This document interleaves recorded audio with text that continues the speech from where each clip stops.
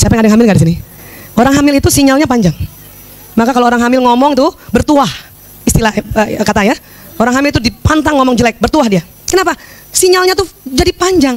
Ibu kalau pilih handphone, ya, yang 1G atau yang 4G? Kenapa? Sinyalnya panjang, cepet nyampainya tuh pesan kan? Cepet direspon, betul? Maka orang hamil tuh sinyalnya tuh panjang. Cepet nyampainya omongannya, cepet direspon tuh apa yang dia omongin. Makanya zaman dulu kalau ada orang hamil nyela-nyela tetangganya yang hitam, anaknya hitam. Walaupun bapaknya putih.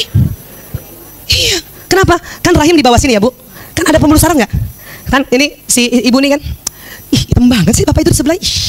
Iya gitu ya, hitam banget sih itu ngomong, hitam banget, hitam banget, hitam banget, sampailah ke rahim. Satu, itu pigmen orang putih itu pigmennya belum mateng. Kalau ibu bilang hitam banget, gampang, pigmennya langsung terbakar, akhirnya hitam. Paham ya Bu?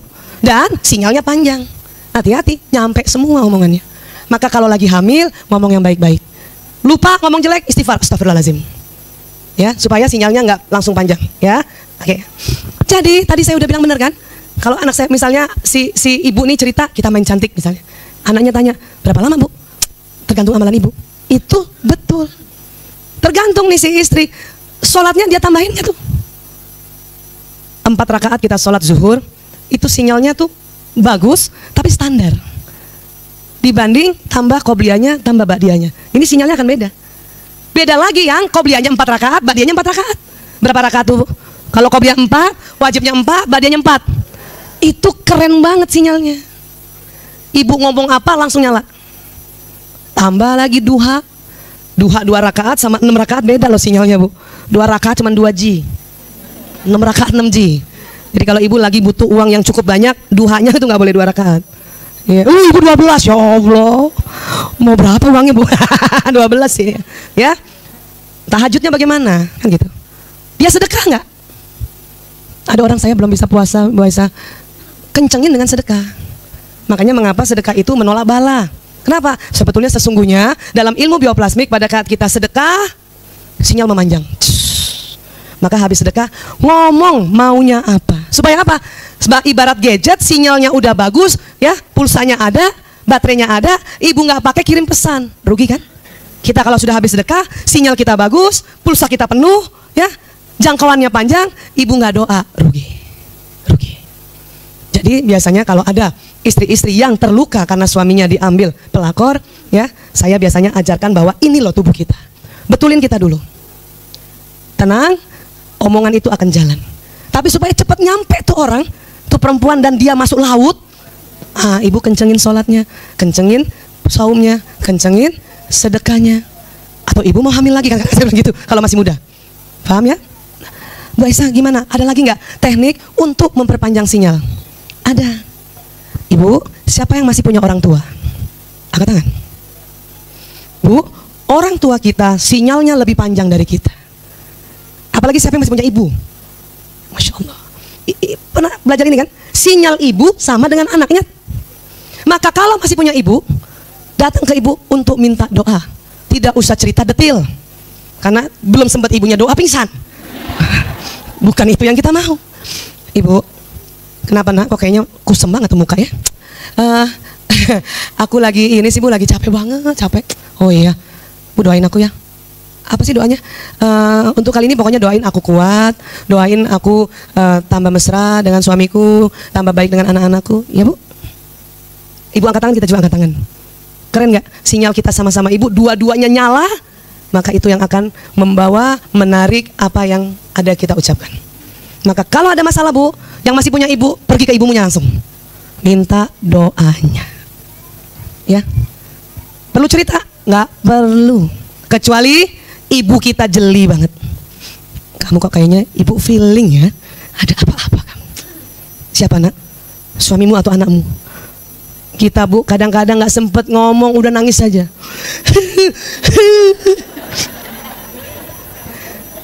Ini keren ibunya nih. Dan tidak memaksa untuk cerita, peluk aja dulu, bacain Al-Fatihah. Ya sudah, ini ibu yang keren nih. Kalau belum bisa cerita nanti aja. Bukan kalau belum bisa cerita nggak usah cerita, nggak usah, bukan begitu. Ini ibu kan ibu kepo kan? Kalau belum bisa cerita nanti aja. Ingat kalimat ya. Kenapa? Orang yang sedang sedih, sedang menangis, kondisi dirinya dalam kondisi yang trans. Trans itu apa? Istilahnya kondisi hipnosis. Kondisi dia masuk ke theta, gelombang yang menangkap apapun omongan sekitarnya. Itu bahayanya. Maka kalau termasuk gini, kalau anak kita nangis, oke, tenang sayang, kamu hebat, ya, ayo semangat lagi. Bukan anak nangis, cengeng, gitu aja nangis. Itu malah masuk otak bawah sadar, malah akan terekam dan itu yang terjadi. Paham ya Bu? Sama. Pada satu saat nanti kita jadi ibu kita, kemudian anak kita kah, anak mertua kita datang, dia nangis, hati-hati ngomong. Jangan juga terlalu kepo. Bener kan? Ibu bilang kan, pasti suamimu ya. Udah ibu bilang dari dulu ganti. Wah habis. Habis itu habis. Itu akan masuk di pikiran bawah sadar anak ini. Yang tadinya masih bisa diselamatkan, ini langsung kepengennya cerai aja, cerai aja, cerai aja. Paham ya Bu? Nah ini. Ya. Kenapa saya cerita begini? Kita nggak tahu kehidupan kita. Kita nggak tahu zaman sekarang. Ya Allah ya. Kadang-kadang ini, kadang-kadang maunya kita rukun. Ada aja. Karena tadi pelakor ada di sekitar kita. Itu sudah pakemnya itu hasil riset. Nggak ada tiba-tiba suami nih ya di mall lagi turun eskalator, ada perempuan juga naik langsung. Nggak ada, nggak ada. Kemudian langsung jatuh cinta dan kemudian dia kejar, nggak mungkin. Nggak mungkin. Kenapa? Laki-laki itu ada gengsinya. Ada gengsinya. Tapi yang di film-film itu film Bu. Supaya ibu terbangkitkan emosinya, ya nggak ada, nggak ada, nggak ada. Kenapa? Laki-laki itu otak warasnya ada, tetapi tidak kuat kalau disodor-sodorin terus. Iya, sodor-sodorin, layan-layanin nggak kuatnya.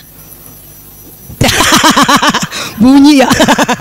Nih suami dari kantor, sekretarisnya bolak-balik. Dia udah berusaha untuk ya melepaskan pandangan, tapi sekretarisnya, Pak, sesungguhnya seorang pimpinan laki-laki kalau melihat karyawatinya suaranya manja kayak gitu, kesan pertama ini perempuan tidak intelek, tidak, ya kesan pertama. Tetapi karena terus-terusan seperti itu muncul stimulasi di hipotalamus, birahi yang muncul. Ingat, dia belum tentu cinta dengan si karyawati yang menggoda ini. Kenapa? Hanya hipotalamusnya. Kenapa? Karena waktu disodor-sodorin itu suami itu tegang, maka harus cari penyalurannya. Ada suami yang bagus. Kenapa? Dia ikuti hadis Rasulullah. Kata Nabi, buat kamu fulan, pada satu saat kamu di luar lihat perempuan cantik dan naik birahimu, segera pulang. Hubungan intim dengan istrimu. Ada yang masih bisa begitu. Ini sekretarisnya godain terus nih. Saya mau pulang sekarang. Ya Bapak. Ya.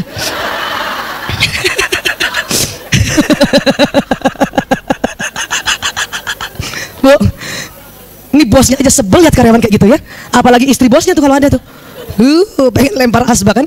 Jadi sekali lagi ya, bahwa laki-laki itu awalnya berusaha juga untuk menolak ini semua. Karena otaknya disetting sama Allah begitu. Tapi kalau terus-terusan, karena memang pelakor pikirannya adalah mau cari hartanya, maka dia akan terus-terusan. Ini bukan landasan cinta kasih sayang, bukan. Apalagi landasan saya kasihan sama bapak, kayaknya bapak kurang kasih sayang sama istri bapak. Itu omongan bohong semua. Bohong semua. Ya, sekali lagi pelakor itu semuanya harta dan harta. Itu saja, nggak ada. Kenapa? Kalau mau cari yang lain-lain dia bisa sama laki-laki lain. Kalau seorang pelakor dia sudah ambil suami orang satu, maka dia bisa ambil suami orang yang kedua, yang ketiga, yang keempat. Gitu. Maka kadang-kadang ya, ada istri yang suaminya dibujuk pelakor dan istrinya tahu pelakor itu bukan suaminya aja yang digoda, ada laki-laki lain. Itu sebagai data. Mas punten, misalnya ayah punten, abi punten. Dengar-dengar kabar si perempuan ini bukan abi saja yang digoda. Ya. Bos ini, bos itu udah. Itu harus kasih datanya. Jangan juga berharap suami apa, nggak bisa, belum tentu. Suami diam, tetapi dia mengambil data itu untuk menjadikan sebuah ya faktor-faktor yang membuat dia ambil keputusan tinggalkan perempuan itu. Jadi kasih data aja. Dan tahan supaya nggak terlihat cemburu banget. Ya, Abi, ini data ya yang aku dapat. Supaya kamu tahu, kamu yang ambil keputusannya. Keren. Ya. Jangan yang terlalu emosi. Kamu tahu nggak, perempuan itu semua laki-laki dia senengin. Kurang apa aku? Wah, nggak usah begitu. Itu nggak cantik. Karena kita tetap harus bikin diri kita cantik di depan dia, depan suami. Ya, Bu Aisyah susah banget, memang. Kalau sudah terlanjur suami diambil pelakor, kita bekerja keras untuk menariknya lagi. Itu sudah hukum alam. Tetapi kerja kerasnya tidak usah dikeluarkan dalam bentuk teriakan, marah. Tapi nggak tahan Bu Aisyah. Boleh keluarkan 1 kali saja. Kapan? Di awal-awal banget boleh. Ibu nangis sekuat-kuatnya. Maka kalau ibu tahu, ketahuan misalnya ya, nauzubillah min dzalik, suami ada chattingan mesra di HP-nya, misalnya ketahuan, ya, ibu mau nangis teriak-teriak, lakukan saat itu juga Bu. Habis-habisin Bu. Karena boleh 1 kali saja. Ya. Supaya apa? Ada efek kaget dan ada efek yang ya momentum untuk mentraumakan atau menghantam si laki-laki ini. Pada saat itu maka laki-laki akan masuk juga ke area bawah sadarnya. Dia akan kaget, oh ya ampun, segini beratnya ya. Jadi kalau ketemu pertama itu harus kasih abrasion yang cukup berat, besar, nggak apa-apa. Kenapa? Karena saya ada istri tahu dia cuma gini aja, diam aja. Apa yang dilakukan? Laki-lakinya atau suami akan berpikiran rasionalisasi atau rasionalisasi, membenarkan. Oh, istri saya nggak apa-apa, dia tenang, enggak ngamuk, besoknya bunuh diri. Paham ya Bu? Karena laki-laki harus tahu respon yang terjadi bila dia melanggar kesepakatan. Ini belum apa-apa dibanding hukuman yang ada di agama kita ya. Boleh minta? Ini semua kategori zina. Islam sudah bilang dari jauh ya, dari dulu bahwa kita harus jauhi zina. Paham ya Bu? Ya. Masa zina? Bukannya zina itu hubungan senggama. Zina memang artinya hubungan senggama. Tetapi perintahnya ya jauhi, jangan dekati zina. Jadi di dekatnya aja yang belum lagi ke hubungan senggama dilarang. Ya. Janganlah kamu mendekati zina, sesungguhnya zina itu adalah suatu perbuatan yang keji. Itu tindakan pelakor itu, kata Allah tuh keji dan suatu jalan yang buruk. Maka kalau ibu berusaha keras menyelamatkan suami ibu lagi, karena kita tahu secara teori, secara ya kronologis bahwa bukan suami yang pertama yang melakukan kesalahan karena si pelakor ini. Maka selamatkan dengan susah payah ya. Zina tuh bahasa Arabnya zina, bahasa Ibraninya zana. Perbuatan bersenggama antara laki-laki dan perempuan yang tidak terikat hubungan pernikahan. Kalau suami istri bukan zina dong ya. Nah, secara umum kategori zina segala aktivitas-aktivitas seksual yang dapat merusak kehormatan manusia, bukan hanya di saat manusia tersebut telah melakukan hubungan seksual ya. Jadi aktivitas-aktivitas seksual, dipeluk kah, ngobrol mesra kah, itu sudah masuk kategori ini ya. Nah ini Rasulullah bersabda, kedua mata itu bisa melakukan zina, kedua tangan bisa melakukan zina, kedua kaki bisa melakukan zina, dan kesemuanya itu akan dibenarkan dan diingkari oleh alat kelamin. Kelamin suka bilang, enggak zina, karena saya nggak bertemu dengan kelaminnya. Tetapi tangan ketemu tangan itu zina, ya. Kaki juga bisa berzina, ya, dan mata juga bisa berzina. Oke, kita harus masukkan ke sini. Zina mata itu memandang lawan jenis dengan perasaan senang. Seseorang yang menjaga pandangan berarti ia menjaga kemaluan. Barang siapa yang mengumbar pandangannya, maka manusia itu akan masuk kepada hal-hal yang membinasakannya. Masa nggak boleh sih Bu Aisyah memandang aja? Ya kita lihat dulu tuntunan Rasulullah. Jangan kamu ikuti pandangan pertamamu dengan pandangan kedua dan selanjutnya. Milik kamu adalah pandangan yang pertama, tapi yang kedua bukan. Jadi kalau mandang pertama masih diboleh. Pasti kan ibu-ibu zaman sekarang kan terlalu jujur ya. Keren tuh bapak, wah, kan itu pandangan pertama ya, itu masih aman. Jangan pas lagi begini, 2 kali. Paham ya Bu? Oh nanti ya, tambah asing ya, pakai klinik. Jadi kita bahas. Baik, zina hati, memikirkan atau menghayalkan lawan jenis dengan perasaan senang kepadanya dan mengharapkan serta mengizinkan pemenuhan nafsu birahi. Jadi kalau ibu menghayal, punten, habis tadi reunian, ketemu CLBK, pas tidur malam, kita bayang-bayangin. Kalau cuma ngebayangin mukanya terus kita ketawa-ketawa sendiri, karena tadi habis ketawa-ketawa masih aman. Tapi kalau lagi bayangin terus mikir, kapan gue bisa ketemu dia sendiri ya? Ini sudah masuk zina qalb. Ya, zina lisan yaitu membincangkan lawan jenis dengan perasaan senang kepadanya disertai dengan nafsu birahi. Hati-hati kadang-kadang waktu kita ngomongin orang, gila ganteng banget tuh cowok ya Allah. Kalau baru ngomong 1 kalimat pertama, belum masuk sini nih. Tapi ibu ngomong setengah jam tentang dia, sudah masuk sini. Udah nggak boleh. Ya. Makanya kita diminta untuk pada saat bilang seseorang itu ganteng, apa? Masya Allah, tabarakallah, gantengnya bapak itu ya. Udah sekali aja sudah. Ya. Nah sekarang, zina yang sebenarnya. Ya, terbagi dua tuh. Zina muhson dan ghairu muhson. Ini harus paham nih Bu. Kenapa? Inilah basic kita untuk mempertahankan keluarga kita apabila ada yang mengganggu. Ya, zina muhson, zina yang dilakukan oleh orang yang telah bersuami istri, hukumnya dirajam sampai mati. Na'udzubillahi min dzalik. Ini harus paham nih. Ya. Ghairu muhson, zina yang dilakukan oleh orang yang belum bersuami istri, hukumannya adalah didera sebanyak 100 kali, menggunakan rotan, dan diasingkan 1 tahun. Ini yang belum suami istri, ya, remaja, ya, lajang dan gadis, dia zina yang arti sesungguhnya ya, zina yang sebenarnya, ya, itu hukumannya supaya gugur dia punya dosa besarnya, didera 100 kali menggunakan rotan dan diasingkan 1 tahun. Ini kalau betul-betul nih dilakukan, insya Allah nggak ada nih, nggak ada. Ya, kenapa bisa begitu ya Bu Aisyah? Ya bisa jadi sang pelakor nggak pernah taklim. Pelakor ya, kalau perempuan rajin taklim nggak jadi pelakor lah. Paling dia menanti, kenapa? Dipinang oleh duda, lain lagi tuh. Kalau itu sah, apa-apa. Ya, bayangin nih Bu, suami istri yang berzina, ya Allah. Brunei pakai hukum ini. Tapi apa yang terjadi? Diboikot. Ya. Boikot oleh luar negeri. Padahal kata Raja Brunei, saya harus pakai ini supaya pencegahan.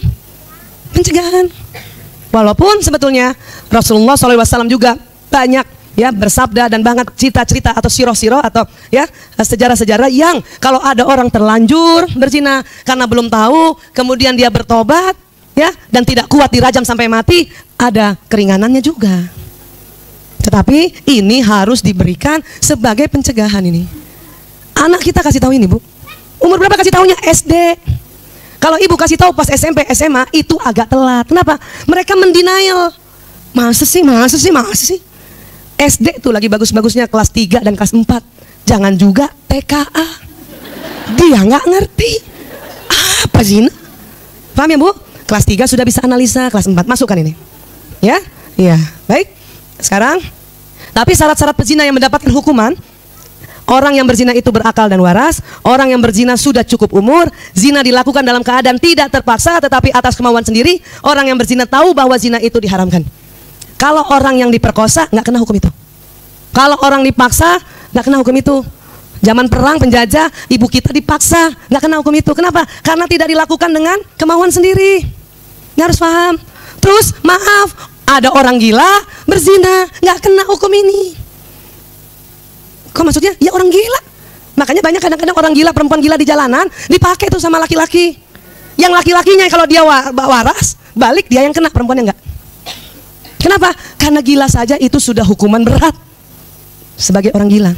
Ya, baik. Dan juga untuk mengatakan orang itu berzina enggak boleh asal, harus mendatangkan 4 orang saksi. Jadi Allah lakukan ya peraturan ini menjaga kita agar hidup kita luar biasa baik dan ya benar ya. Sekarang coba kembali tadi Mbak Bibi, Badan Bioplasmik ini ngomong soal klinik atas pertanyaan Bu Vera. Bu, tahu klinik ya? Klinik lain ya, klinik. Apa klinik itu? Klinik itu adalah ya pada umumnya ya secara umum adalah sebuah ilmu atau upaya seseorang untuk mempengaruhi orang lain dengan menggunakan bantuan makhluk lain. Itu klinik. Tapi kalau kita merubah orang lain dengan kita angkat tangan doa sendiri, bukan klinik. Ya.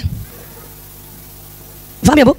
Kalau ibu mau menghilangkan pelakor itu dengan ibu sendiri angkat tangan, ibu doakan, dan kemudian ibu panjangin sinyal doanya pada saat tahajud, tahajudnya nggak 2 rakaat, 6 rakaat, ibu saum juga, ibu sedekah, itu bukan klinik. Kalau klinik, orang itu ya mempengaruhi orang lain dengan bantuan makhluk halus, itu klinik. Caranya apa? Itu tadi. Bisa masuk ke orang itu? Bisa. Lewat mana? Lewat ini. Apa itu Bu Aisyah? Itu adalah lubang-lubang energi yang ada di bawah kulit. Jumlahnya banyak, kurang lebih 360.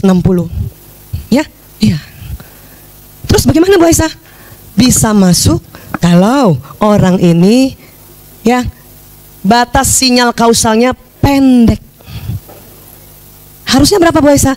Kalau kita lagi sehat kayak gini, badan kita nih, ya. Ibu, punten, boleh bantu saya? Ya jangan, ya Allah. Enggak, sebentar cuma berdiri doang. Oh nggak mau, ya udah. Siapa di sini? Boleh yang dekat-dekat aja.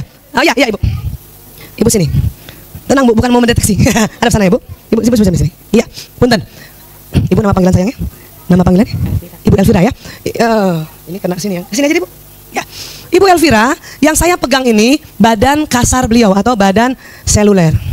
Paham ya Bu?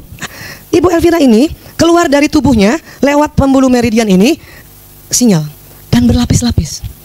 Kita nggak bisa lihat dengan mata kasar. Kenapa? Kalau kita bisa lihat ribet Bu, ribet. Ibu lihat sinyal saya, Ibu lihat sinyal Ibu Elvira. Belum lagi dia bersaing dengan para provider Telkomsel, XL. Repot kan? Ibu, sinyal ini aja Ibu repot nggak kalau berdiri di sini? Oke, nah, kemudian lapisan pertama segini nih. Itu namanya eterik. Ada lagi agak panjang. Nah, segini nih. Ini pura-pura aja nih. Ini namanya astral. Biasanya agak berwarna.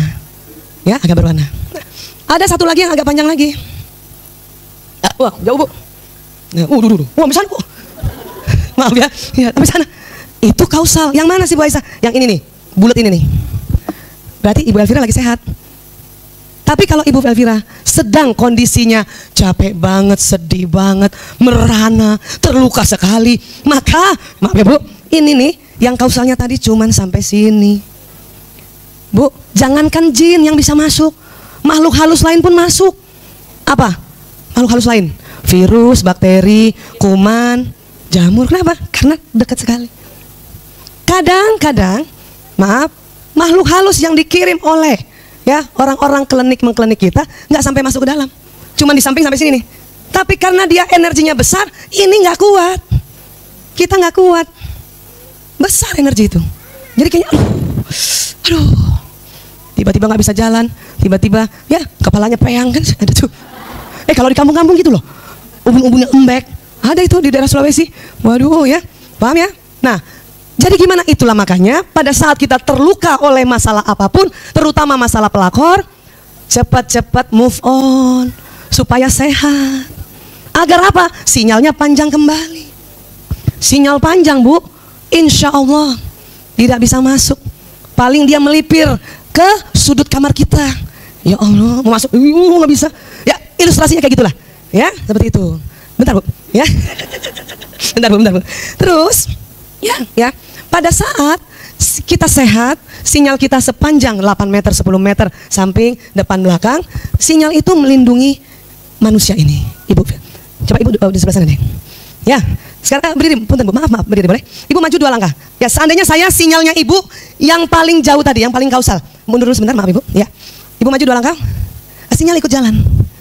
Ibu mundur 2 langkah, sinyal ikut mundur. Ibu loncat. Iya, ikut loncat juga. Kenapa? Karena manusia Allah ciptakan, terima kasih Bu, ya, dilindungi oleh bubble energi. Itu makanya nggak perlu khawatir banget kalau mau besuk orang sakit. Kenapa? Rumah sakit, puskesmas itu resiko tinggi, kuman-kuman terbang-terbang. Tapi kalau kita sehat mau besuk teman kita, insya Allah nggak masuk. Tapi kalau kita lagi sakit, nggak usah besuk. Boro-boro besuk, orang besuk kita. Kan sakit. Karena apa? Kalau sakit sinyalnya memendek, akhirnya apapun yang halus-halus bisa masuk. Terutama orang sakit mata, cepet banget itu, paham ya? Ya. Nah, tetapi sekali lagi sinyal ini bisa panjang, lebih panjang lagi kalau kita lakukan ibadah ritual kita. Makanya perkuat sholatnya, perkuat saumnya, perkuat sedekah infaknya. Agar apa? Selain sinyal yang ini memanjang, ini pun tebal. Tapi Bu, sinyal ini, energi ini ada bahan dasarnya. Apa? Maaf, karbohidrat. Tahu karbohidrat Bu? Apa karbohidrat? Nasi, apa lagi? Roti, mie. Bu, saya bukan tidak setuju dengan diet tidak makan karbo, bukan. Justru karena banyak belajar tentang ilmu ini, dan dari penelitian ilmu-ilmu gizi, terutama yang di London, orang yang makan karbo, mudah sinyalnya panjang dan kuat. Untuk itu makanya saya langsung gembira makan nasi, yes. Paham ya Bu? Jadi kalau ibu sedang terluka, kadang-kadang malas makan, itu lebih bahaya. Kenapa? Sinyal berkurang. Ya, lebih bahaya. Kalau ibu sedang sedih, terluka, ya, memang nasi nggak bisa masuk, tolong apa yang ada karbohidratnya? Madu, korma, kan ya? Makanya kalau ibu terluka, minum madu. Madu itu membuat kuat, di madu yang nggak kuat. Ya, paham ya? Ya. Apalagi air putih. Ibu kalau kurang minum air putih, sinyalnya koslet Bu. Karena air pembangkit tenaga listrik. Jadi sekali lagi, kalau kita sedang masalah apapun, ya, segera cari makan mengandung karbohidrat, minum air putih, ya, yang banyak, dan perpanjang sinyal dengan cara ibadah kita tambah. Yang biasanya sholat cuman standar 4 rakaat, ambil qobliyah ba'diyahnya. Duhanya biasanya 2 rakaat, ambil lebih banyak. Tahajudnya biasa 2 rakaat, ambil lebih banyak. Yang biasanya saumnya itu, ya Allah Ramadan doang, ambillah Senin Kamis. Yang biasanya sedekah cuman ya Allah 50.000 perak setahun sekali pula. Beri lagi sebanyak. Untuk apa? Salah satu dari jutaan manfaat ibadah itu dari sisi bioplasmik, memperpanjang sinyal. Agar apa? Apa yang ibu doakan, apa yang ibu harapkan dari sang suami ini, maka itu terjadi. Kok bisa terjadi? Karena didorong oleh sinyal. Ya, paham ya Bu? Ya, saya yakin di antara kita juga bisa jadi tidak terkena masalah itu. Tetapi kalau ada apa-apa, ingat langsung ini, ya. Keliru ibu kalau ibu sudah terluka, ibu sedih berkepanjangan, keliru. Boleh sedih, boleh marah, boleh mengamuk 1 kali saja. Keluarkan semua abrasion itu. Tapi tetap jaga kesantunan, ya. Dan selalu bilang, aku marah sama kamu, aku nggak suka sama kamu, aku sedih sama kamu, aku kecewa, jadi aku. Ya. Bukan kembali, kamu bikin kecewaku, kamu bikin marah aku. Bukan gitu. Ya, itu laki-laki tersinggung kalau gitu kan. Tapi aku kesal sama kamu, aku kecewa sama kamu, aku marah sama kamu. Itu dia nggak tersinggung, tapi tersentuh. Sama nggak tersinggung dengan tersentuh? Samanya apa? Sama-sama kena. Tersinggung kena kan? Tersentuh kena. Bedanya kalau tersinggung tergoncang, kalau tersentuh lembut. Pilih mana? Tersentuh. Maka latihan kalau lagi marah, aku. Sampai di rumah di kaca ya, aku nggak suka sama kamu. Aku kesel sama kamu. Ya. Kalau yang nggak biasa nunjuk-nunjuk gitu kan, kalau yang perempuannya yang damai, Mas, maaf, aku kesel sama kamu. Ada juga yang begitu ya. Ada juga perempuan yang sudahlah koleris, ya Allah, bugis pula. Anak tentara. Oh, begini tangannya. Tapi tetap santun kalau bilang, ya, aku marah sama kamu, aku kecewa sama kamu, aku nggak suka pribadi kamu, nggak suka perilaku kamu kan gitu. Nah itu lebih santun, walaupun tangan begini-begini. Tapi kalimatnya, kamu bikin saya kecewa, itu dia tersinggung. Ya, kamu bikin saya terluka, itu tersinggung. Paham sampai sini ya? Bu Aisyah, gimana cara tahunya kira-kira suami saya selingkuh apa enggak? Nggak usah cari-cari tahu. Bu, siapa yang masih suka kalau suami tidur dibuka HP-nya? Itu bikin salah sendiri tuh, bikin sakit sendiri. Nggak usah Bu. Atau ada istri, papa, ya, mama minta tidak di password. Dia bisa HP 1 tidak pakai pin password, ada HP 1 lagi. Jangan main-main. Nggak usah main kayak gitu. Itu masuk kategori main kasar. Bilang sama Allah, ya Allah, saya yakin, saya mempercayai suami saya, kami saling setia. Namun ya Allah, beri petunjuk padaku apabila dia terjadi penyimpangan. Beri petunjuk. Apa yang terjadi? Itu tahu-tahu itu HP yang ada passwordnya bisa kebuka loh. Banyak loh kisah-kisah begitu. Banyak kisah-kisah istrinya tahu suaminya selingkuh dari petunjuk itu. Bayangin itu HP suaminya ada pin passwordnya, si istri nggak tahu, tiba-tiba kebuka, udah chattingannya. Itu petunjuk.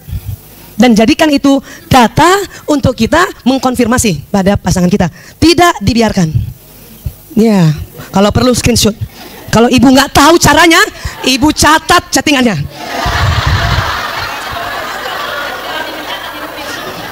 Karena saya tahu yang umur-umur sama kayak saya, lahirnya tahun 60-an, itu zaman mencatat. Setiap dia curhat, dia catat. Di mana? Diary. Makanya, tapi kalau udah era 80-an kan dia nggak pakai dicatat, dia screenshot, ya. Iya, ada ibu-ibu yang begitu tuh. Ya gimana screenshotnya ya? Gimana ya? Udah sampai nangis. Gimana ya? Tapi ada yang pintar, biarin gua catat. apa coba? Untuk waktu konfirmasi, kita ucapkan kalimat itu yang ada, tapi jangan yang lama-lama ya, yang terbaru aja. Karena bapak-bapak udah lupa chatting yang lama.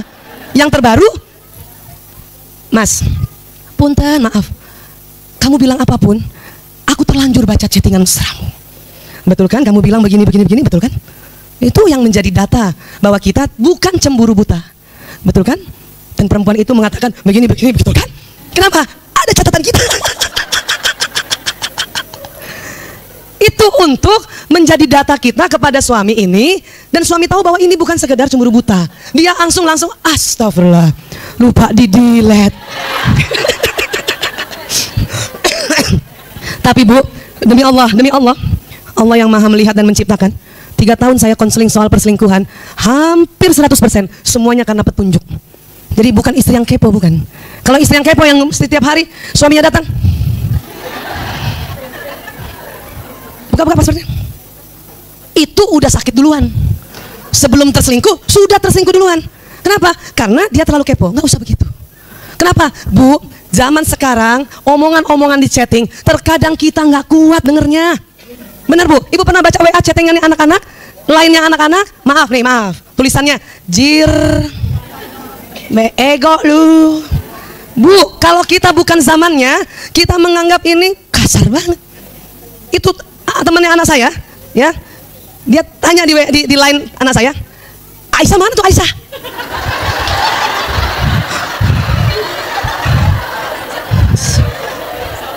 Itu kalau kita nggak paham tentang era mereka, oh bisa banting HP nih.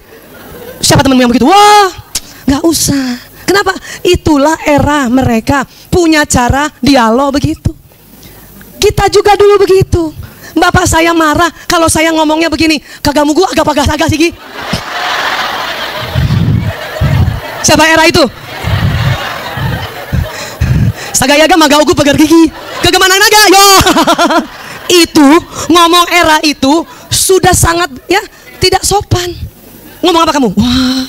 Terus saya siasati ngomongnya kayak gitu, tapi awalnya dikasih al saya gayaga, al magaugu, al pergegigi. Jadi dia pikir saya bahasa Arab.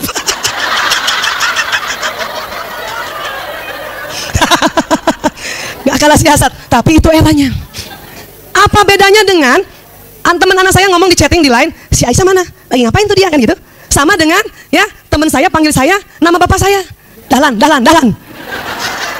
Pernah era itu? Pada saat itu untuk orang tua kita itu sudah sangat gak sopan. Paham ya Bu? Makanya nggak usah terlalu kepo. Nanti ibu nggak ngerti udah pingsan duluan. Hah? Sama dengan HP suami, minta Allah kasih petunjuk. Ini yang jalan nih sinyal. Allah kadang kasih petunjuk. Lagi jalan-jalan ke satu tempat, ya, bukan mall biasa, pergi ke satu tempat, lihat mobilnya di situ. Hah? Teng teng teng teng. Teng teng teng teng. Bersikaplah senang dulu.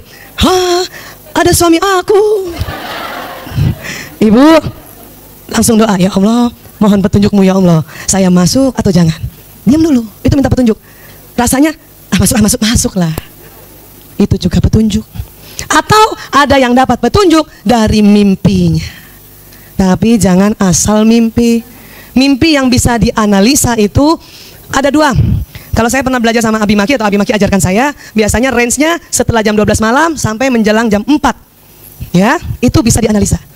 Kalau ahli ilmu neuroscience mengatakan gini, mimpi yang bisa dianalisa karena itu sebuah petunjuk adalah 1/3 bagian yang akhir dari mimpi.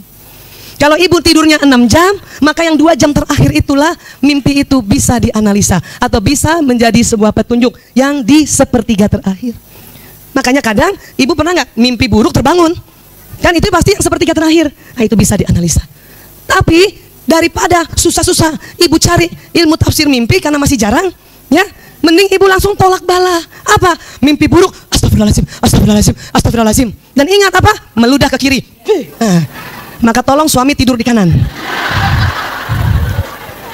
Karena kita paling sering kena mimpi buruk. Ya, supaya apa? Dan kita mohon lagi pada Allah, ya Allah, apakah ini petunjukmu? Seandainya ini petunjukmu, ya, jelaskan lagi. Tapi kalau ini bisikan setan, jauhkan, kan gitu. Paham ya Bu? Bedakan dengan kalau ibu terus-terusan berpikiran negatif. Kalau ibu terus-terusan berpikiran negatif, maka pikiran itu yang jalan. Terjadi. Suami datang, kita tahu dia sekretarisnya baru, lulusan ASMI, tahun 2018, baru banget kan? Mulai kita setting, tuh kan pantas, pantas. Pulang malam terus katanya rapat-rapat, pasti itu, ya kan? Kita kalau negatif thinking selalu kalimatnya pasti itu, pasti. Hati-hati, keseringan atau terlalu lama berburuk sangka itu keluar dari tubuh kita menuju orang yang kita buruk sangka dan terjadi. Paham ya Bu? Yang dilarang buruk sangka. Untuk itu bedakan buruk sangka dengan firasat. Paham ya Bu? Kalau buruk sangka selalu diawali memikirkan tentang orang itu dan kita terstimulasi emosinya, ya. Tapi firasat kita lagi nggak mikirin, tiba-tiba ada dalam bayangan kita. Itu firasat. Itu pun tidak boleh langsung percaya, langsung doa, ya Allah, kalau ini firasatmu perjelas. Astagfirullahaladzim. Kalau ini buruk sangka, hilangkan. Kalau buruk sangka, setelah kita doa dan istighfar, hilang petunjuknya apa? Bayangan tadi. Tapi kalau itu firasat, muncul lagi. Tapi 2 kali juga masih belum boleh dianggap itu firasat. Astagfirullahaladzim. Ya Allah, kalau ini petunjukmu, ya lebih jelaskan lagi. Tapi kalau ini pikiran burukku, jauhkan. Udah, terus ibu lagi ngapa-ngapain, kepikiran lagi, sudah 3 kali kan? Ini nggak boleh diabaikan. Ini yang disebut firasat. Paham sampai sini Bu? Bedanya firasat dengan berpikir negatif, ya. Sekali lagi Ibu, pada saat kita rajin beribadah, meningkatkan ibadah kita, maka cakra kita ini sangat sensitif menangkap vibrasi getaran dari anak kita dan dari pasangan hidup kita. Ya, tetapi untuk membedakan buruk sangka atau bukan itu, ya Allah, apakah ini firasat atau pikiran buruk? Paham ya Bu? Berapa kali mintanya? 3 kali. Namun sebelumnya, sebelum 3 kali berturut-turut, tetap doa tolak bala. Ya Allah, na'udzubillahi min dzalik. Jauhkan kami dari hal ini. Entah itu firasat ataupun pikiran buruk. Paham sampai sini Bu? Kenapa? Kalau pikiran buruk terus-terusan, bahaya Bu kejadian. Itu makanya, kalaupun sudah ya terjadi kejadiannya, tetap kita disuruh berlemah lembut. Sama Ali Imran 159 masih ingat? Ya, maka karena rahmat Allah, ya, maka berlemah lembutlah pada mereka. Mereka itu bukan hanya anak, tapi pasangan hidup. Ya, karena kalau engkau keras dan berhati kasar, maka mereka menjauh darimu. Bu, kalau suami sudah kena pelakor orang, kita tetap keras dan berhati kasar, dia tambah menjauh. Anak juga begitu, yang kena narkoba, yang kena LGBT. Tapi Allah tahu kita terluka, maka sambungan ayat itu, maka maafkanlah mereka. Ibu harus ngomong, astagfirullah ya Allah, ya Allah, astagfirullah ya Allah, saya maafkan suamiku ya Allah, saya maafkan ya Allah. Harus disebut ya. Dan mohonkan ampun baginya, ya Allah, ampuni dia ya Allah, ampuni dia ya Allah. Baru dan bermusyawarahlah pada mereka untuk segala urusan. Baru aja ngomong. Paham ya Bu? Kalau ibu pun mau konfirmasi hasil penemuan ibu di HPK atau dimanapun, ya, ibu mau konfirmasi pakai Ali Imran 159, ya Allah, astagfirullah ya Allah, mohon rahmatmu ya Allah untuk aku lemah lembut. Saya maafkan dia ya Allah, suamiku ya Allah, fulan bin fulan ya Allah, mohon ampun baginya ya Allah, mungkin dia belum pernah ikut taklim di Rumil ya Allah, makanya nggak tahu kalau zina itu sangat bahaya. Baru kita musyawarah, insya Allah Allah akan memberikan hidayah, taufik dan hidayah pada pasangan hidup dan kita juga. Oke, baik ya Bu. Topik hari ini sebetulnya hanya untuk bila terjadi. Kalau pencegahan, semua kajian oleh Ustadz Ustazah kita di sini itu pencegahan untuk kita tetap jadi wanita istri yang bijak dan soleha. Kalau hari ini hanyalah paparan. Beginilah kalau suami kita tergoda pelakor, pelakor itu apa pikirannya pelakor, dan bagaimana kita harus mengatasi atau bersikap.